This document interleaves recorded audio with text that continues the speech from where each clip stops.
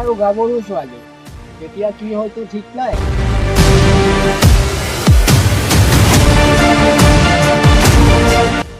ঐ তই কি ভাবত ডুবি আছ?